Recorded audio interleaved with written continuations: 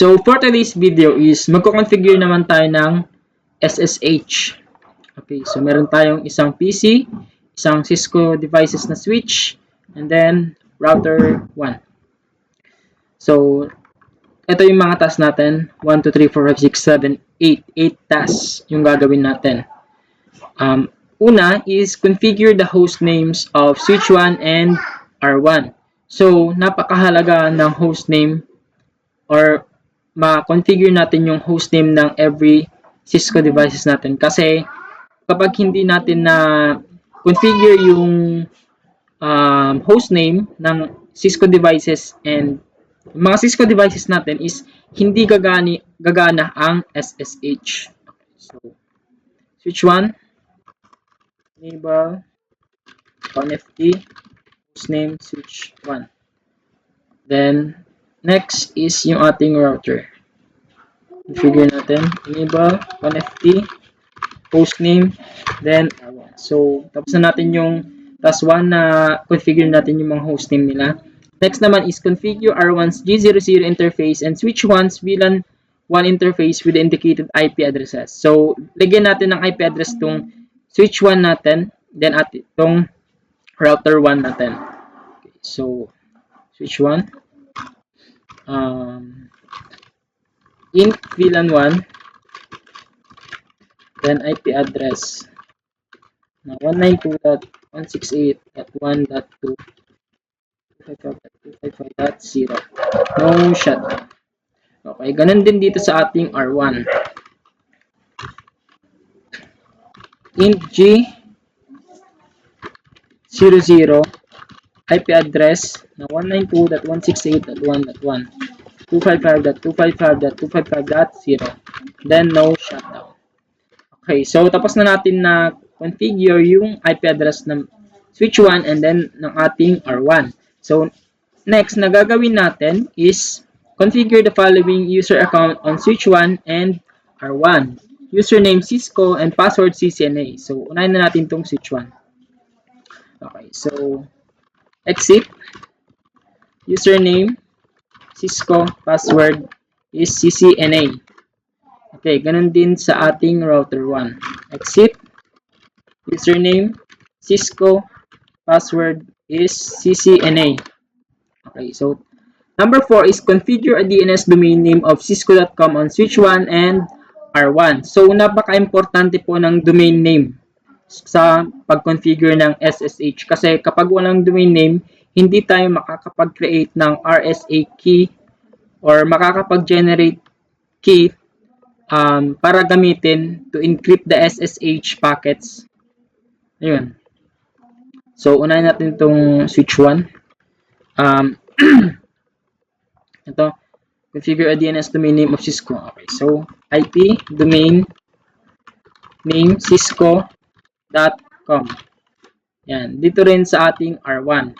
So IP domain name cisco.com.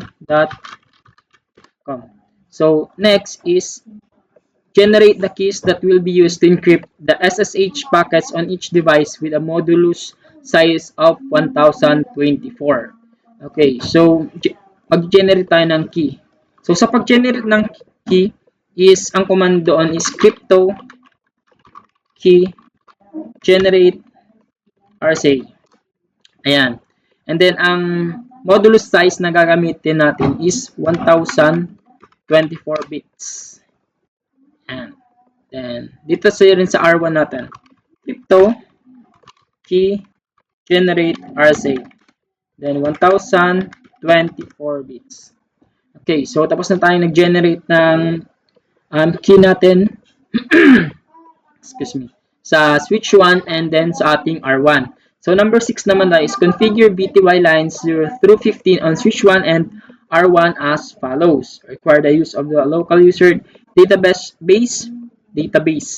to connect to the VTY lines. Allow only SSH connections to the VTY lines.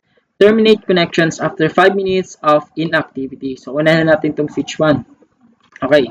So, configure natin yung virtual teletype ng ating switch 1. So, line VTY 0 to 15. Okay. So, next naman is type natin login local. So, napaka-importante na itong login local para magamit natin yung ginawa nating user account. Then, transport, input. Okay, so, sa this lab is gagamit tayo ng SSH. So, SSH ang ilalagay natin dito. And then, sabi niya dito, terminate connections after 5 minutes of inactivity. Okay, so, execute timeout 5 minutes. Yung 5 dito, it means 5 minutes. Okay? Yan. Then, gawin din natin dito sa ating R1. So, line VTY 0 to 15. Then, login local transport input SSH. Then, execute timeout is 5 minutes. Okay. So, tapos na natin yung number 6. Dito naman tayo sa number 7. Enable SSH version 2 on each device. So, enable natin yung SSH version dito sa switch 1 and then sa ating R1. So, exit muna tayo dito. IP SSH version 2. Then, dito rin sa ating R1. Exit IP SSH version 2. Okay, so, tapos na natin yung number 7 na enable na natin both switch 1 and R1 yung version, yung SSH version 2. So, next naman is attempt to connect to each device using SSH from PC1. So, click natin yung PC1, then desktop, command prompt.